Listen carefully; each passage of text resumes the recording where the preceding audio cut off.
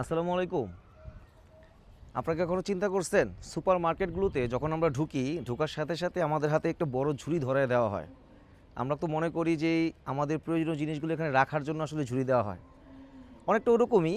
কিন্তু অন্যভাবে যদি চিন্তা করেন তাহলে দেখবেন যে বড় একটা ঝুড়ির মধ্যে যদি আপনি ছোট্ট একটা জিনিস নেন, স্বাভাবিকভাবেই আপনার মাঝে একটা অন্যরকম একটা ফিল আসে যে আমি এত বড় ঝুড়িতে ছোট একটা জিনিস নিলাম।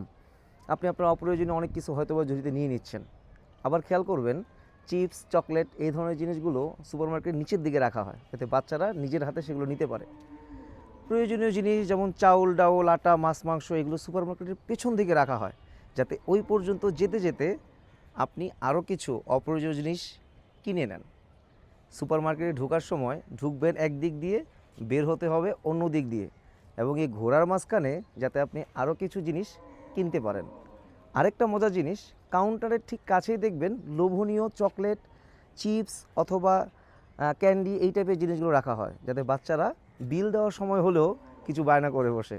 এটা হচ্ছে সুপার মার্কেটের সুপার মার্কেটিং। আল্লাহ হাফিজ।